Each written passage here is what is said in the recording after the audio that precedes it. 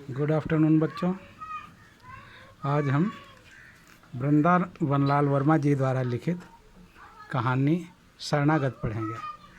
इस कहानी के माध्यम से लेखक ने शरणागत की रक्षा करना जो हमारा एक नैतिक दायित्व है उसके बारे में बताने का प्रयास किया है। इस कहानी का आरंभ एक कसाई और उसकी पत्नी जो बीमार है से होता है। वह इस कहानी में अपने उत्तर प्रदेश के ललितपुर ज़िले में कहीं जा रहा होता है। शाम हो जाती है, पत्नी और दोनों के साथ में, पत्नी के साथ में वो जा रहा होता है, बीमार होती है पत्नी।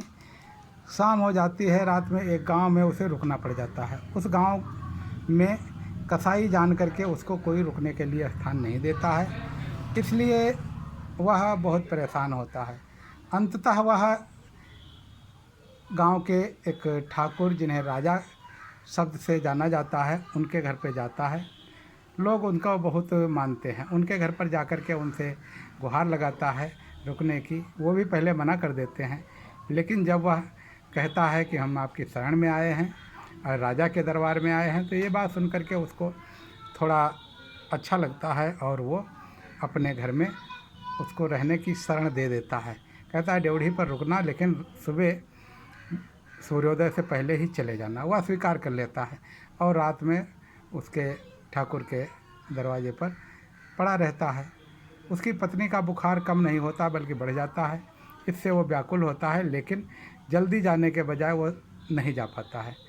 सुबह जब ठाकुर देखता है तो नाराज़ होता है, लेकिन वह कसाई, जिसका नाम रज्जब है, अपना सामान ले करके गांव के बाहर एक पेड़ के नीचे अपनी पत्नी के साथ बैठ जाता है और सोचने लगता है क्या करें, ये मुसलमान होना भी एक ख़तरनाक काम है, कैसे हिंदू लोग हैं, यह सब विचार करता है।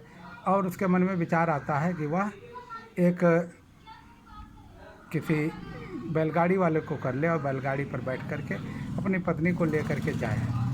ललितपुर बहुत दूर है, इसलिए वह अपनी पत्नी को एक बैलगाड़ी पर ले जाने का प्रयास करता है। बैलगाड़ी वाला भी उसको मिलता है और वो बैलगाड़ी वाले के साथ में जाता है। बैलगाड़ी वाला ये जान जाता है कि अरे ये तो रज्जब एक कसाई है, इसलिए इससे ज़्यादा पैसे ले लिए जाएं, ये बीमार है इसकी पत्नी, इसे देने पड़ेगा। तो ज़्यादा पैसे लेता है, लेकिन वो ज़्यादा पैसे दे करके भी अपने ललितपुर जाने का प्रयास करता है।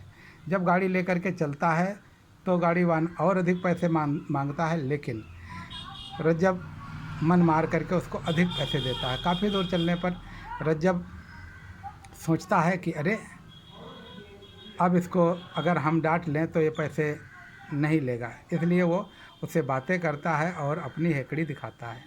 रज्जब की बात सुन करके गाड़ीवान मन में सोचता है कि अगले गांव में कहीं पे पहुंचेंगे, वहां शोर मचा देंगे और इससे कह देंगे ज़बरदस्ती ले जा रहा, हमें पैसे नहीं दे रहा, और लोग इकट्ठा हो जाएंगे। इस प्रकार गाड़ी से हमें छुटकारा मिल जाएगा, जाना नहीं पड़ेगा।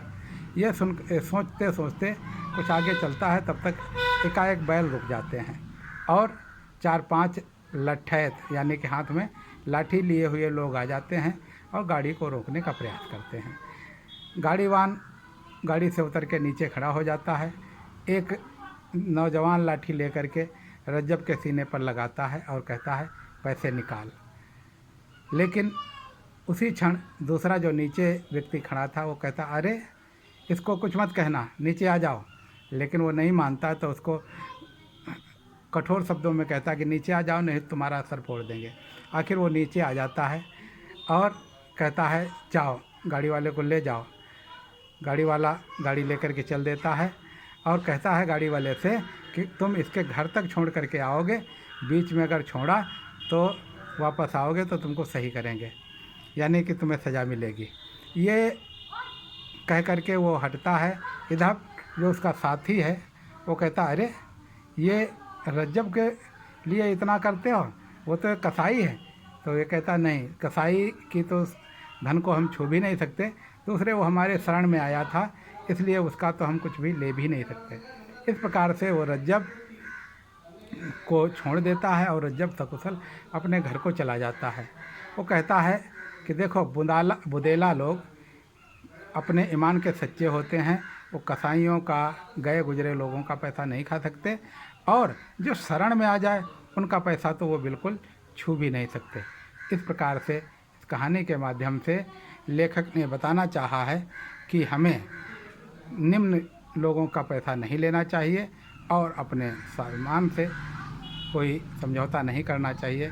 शरण में आ गए व्यक्ति की हमें किसी भी प्रकार से तन मन धन से रक्षा करने का प्रयास करना चाहिए। धन्यवाद बच्चों।